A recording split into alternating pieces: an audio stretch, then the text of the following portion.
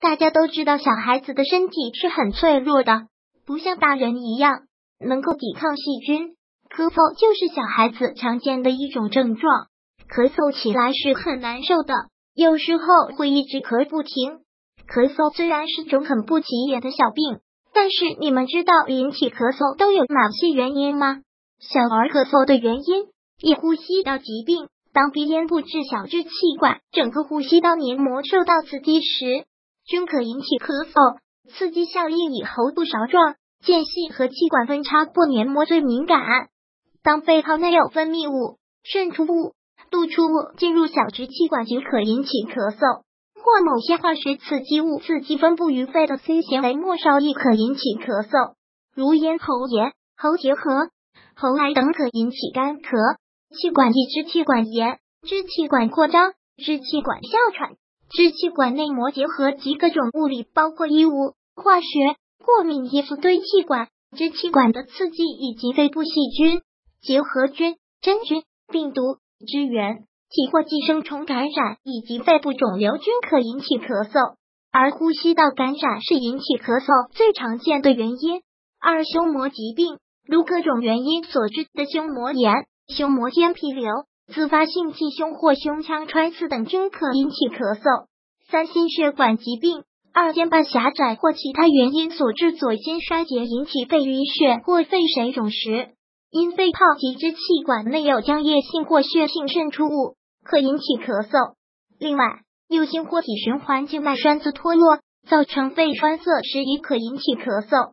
四、中枢神经因素，从大脑皮质发出冲动传至延髓咳嗽中枢，仍可随意引起咳嗽反射或抑制咳嗽反射，如皮肤受冷刺激或三叉神经分布的鼻黏膜及舌咽神经支配的腋下部黏膜受刺激时，可反射性引起咳嗽。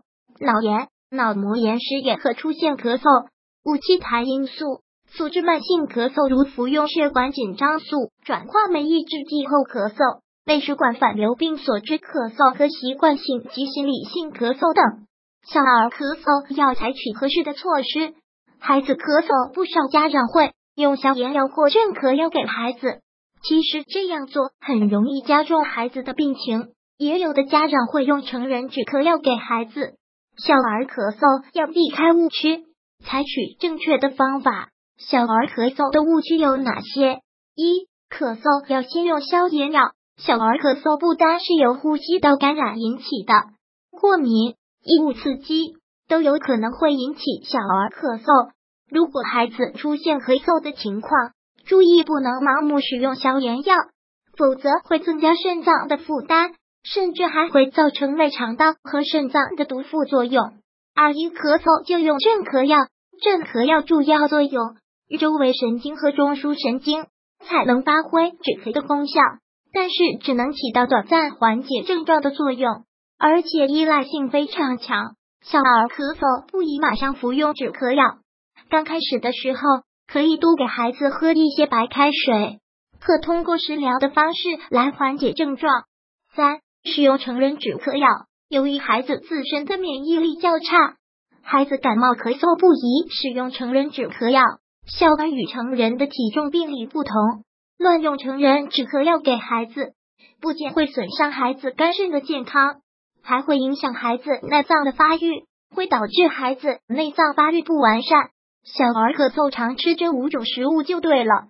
一、大蒜。从中医上讲，大蒜性能味辛感，性温，能温中健胃，消食理气，解毒杀虫，同时具有保护心血管、保护肝功能、预防感冒、强力杀菌的作用。二、梨。小时候感冒咳嗽，家人都会煮一个梨，然后放上白糖。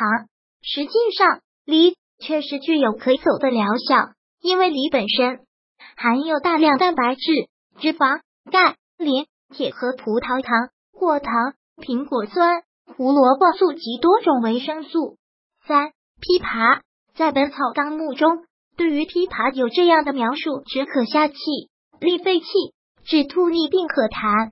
可见枇杷对于小孩咳嗽有非常好的排解效果。四、萝卜。萝卜具有清热生津、凉血止血、化痰止咳、利小便、解毒等作用。最简单的办法，可以给小孩煮一碗萝卜水，对于咳嗽有不错的效果。5. 橘子，橘子味甘酸，性凉，对于小孩具有很好的开胃理气、止渴润肺的功效。1. 热盐敷背，将盐放在铁锅中翻炒，炒至微黄色，用布包起待温度适宜后，敷在孩子的背部，反复敷背，能起到缓解咳嗽的作用，并且不会对孩子的身体产生影响，也不会造成任何毒副作用。孩子咳嗽早期最好选择物理疗法。2. 食疗，小儿咳嗽早期可通过食疗方法来改善。冰糖雪梨水能有效缓解小儿咳嗽的症状。冰糖雪梨具有润肺止渴的功效，而且具有缓解喉咙不适的作用。小儿咳嗽期间饮食尽量清淡，父母要多给孩子喂些白开水。孩子咳嗽最好选择中成药，最好选择具有止咳化痰的中药，但是要注意不可盲目用药，最好在医生的指导下，正确合理的给孩子用药。如果喜欢本视频，请分享并订阅本频道，别忘了按赞哦。